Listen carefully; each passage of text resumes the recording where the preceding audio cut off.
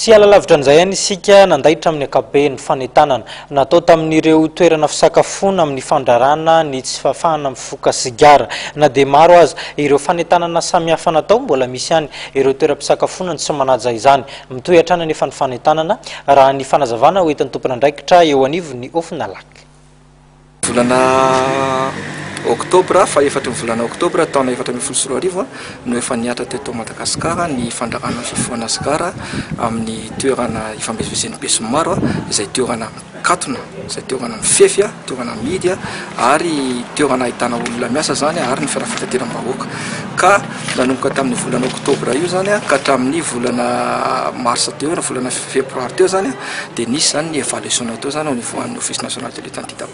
dia tsapa zany fa ny efapolo isan-jaton'ny restaurant izay misy eto Madagasikara zany dia mbola tsy manaja io lalàna mifehy io. Ka izay indrindra zany ny ilaina ny fanamafisana ny fanentanana amin'izao fotoana izao fa tsy azo atao zany ny mametraka